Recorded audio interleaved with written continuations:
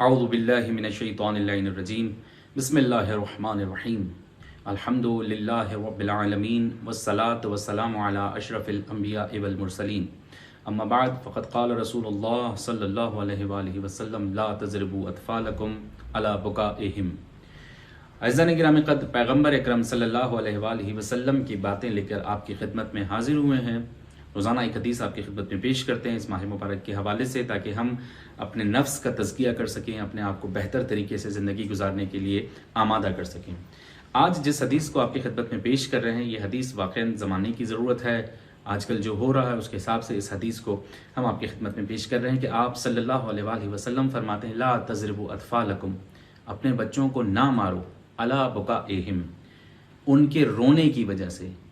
آج کل ہم نے کیا دیکھا عزیزان گرامی قدر، یہ جو سوشل میڈیا ہے اس میں بہت سی چیزیں بہت جلدی گردش کر جاتی ہیں اور ہمارے سامنے آ جاتی ہیں۔ آج کل دیکھا جا رہا ہے کہ چھوٹے چھوٹے بچوں کو جب ماں باپ نہیں بہلا سکتے، نہیں خاموش کرا سکتے ان کے رونے کی وجہ سے، تو انہیں مارنے لگتے ہیں۔ بہت زیادہ دیکھا گیا ہے کہ چھوٹے چھوٹے بچوں کو مارا جا رہا ہے اس لیے کہ وہ گریا کرتے ہیں، جبکہ نبی فرماتے ہیں لا تضربوا اطفالکم، اپنے بچوں کو نہ مارو ان کے گریے کی وجہ سے، ان کے رونے کی وجہ سے۔